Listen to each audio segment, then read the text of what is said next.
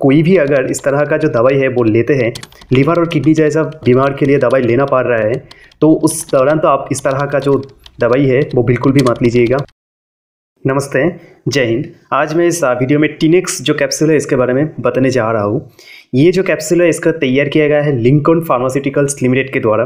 और इसमें कंपोजिशन के तौर पे रहता है कैरोवेरिन, जिसका क्वांटिटी होता है 20 मिलीग्राम, और इसका कीमत होता है 601 रुपये 70 पैसा, और इसमें टोटल 28 नंबर ऑफ कैप्सूल रहता है एक स्ट्रिप में। अभी अगर बात की जाए इसका uses, side effect and precaution के बारे में, तो इसको बताने से पहले मैं कुछ झलक इस वीडियो में बारे में देना चाहता हूँ कि कोई भी अगर इस तरह का जो दवाई है वो लेते हैं, उस दौरान ये जो कुछ काम है उनमें से एक है कि आप पहले से अगर आपको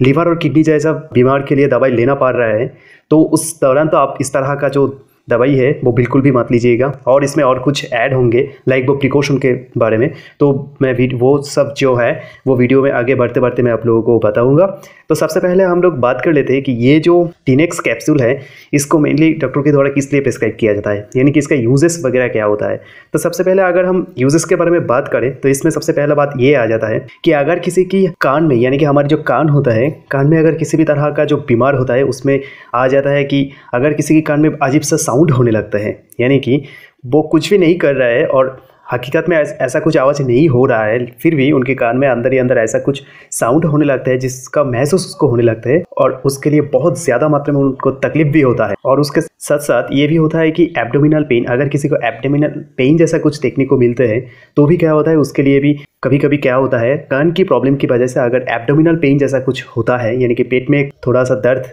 होता है, तभी क्या किया जाता है, डॉक्टर के द्वारा इस तरह का जो दवाई है इसको प्रिस्क्राइब किया जाता है। और उसके साथ साथ क्या होता है, और उसके साथ साथ अगर ऐसा भी कुछ देखा जाता है कि किसी का ऐसा होता है कि कान में बहुत ज़्यादा मात्रा में क्या होता है, बाजिंग नॉइज़ होने लगते हैं, यानी कि हवाएं चलने से जिस तरह का एक आवाज़ होने लगते हैं और साउंड जो है वो होने लगते हैं, उस तरह का साउंड अगर कंटिन्यूअसली हमारी जो कान है उसमें भी होने लगते हैं, तब क्या किया जाता है, उस तरह का जो एक साउंड की वजह से जो एक प्रॉब्लम होता है, जो एक समस्या होने लगते हैं जो मरीज़ होता है उन लोगों को, तो क्या होता है उस दौरान भी क्या किया जाता है, इस तरह का जो दवाई है, यानी कि ये जो टीनेक्स जो कैप्सूल है इसको प्रिस्क्राइब किया जा सकता है डॉक्टर के द्वारा, और प्रिस्क्राइब किया भी जाता है। तो अभी अगर बात की जाए ये जो दवाई, इसको लेने के दौरान किस तरह का साइड इफेक्ट हो सकते हैं, तो इसके बारे में हम लोग एक एक करके पता कर लेते हैं। तो सबसे पहले ये जो दवाई है इसको लेने के दौरान आपको साइड इफेक्ट के तौर पे ऐसा जो नाउसिया, यानी कि उल्टी जैसा महसूस हो सकते हैं, और उसके साथ साथ किसी को ऐसा भी होता है कि इचिंग होने लगेगा। बहुत ज़्यादा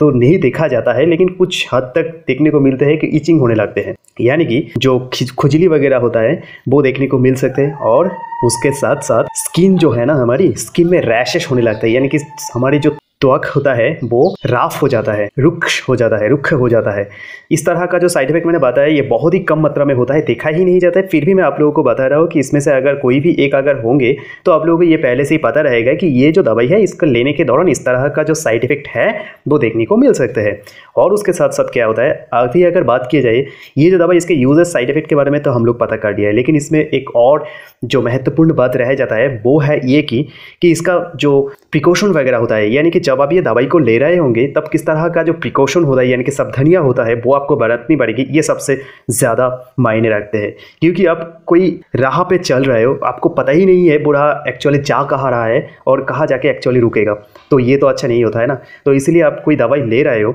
उसका क्या, उस दौरान आपको किस तरह का जो सावधानियां होता है वो बरतनी पड़ेगा। अगर उसको ही आपको पता नहीं रहेगा तो कैसा होगा। तो उसमें सबसे पहला आ जाता है कि आप किसी भी तरह का जो अल्कोहल या फिर जो टोबैकोस वगैरह होता है वो आप बिल्कुल भी नहीं कंज्यूम कर सकते, यानी कि वो ले सकते हैं। और उसके साथ साथ जो ड्राइविंग वगैरह होता है वो भी आप बिल्कुल नहीं कर सकते ये जो दवाई है इसको लेने के आधे घंटे के अंदर। और अगर कोई औरत प्रेग्नेंट है और कोई औरत उनके बच्चों को दूध पिलाना चाहता है तो उन लोगों के लिए तो मैं खास करके यही बताऊंगा कि इस तरह का जो दवाई है इसको लेने से पहले ज़रूर डॉक्टर के साथ परामर्श कर लीजिएगा। अगर सब कुछ सुनते हुए और आपकी हालत जो है वो समझते हुए डॉक्टर साहब आपको प्रिस्क्राइब करता है तभी आप इस तरह का जो दवाई है वो आप लीजिएगा,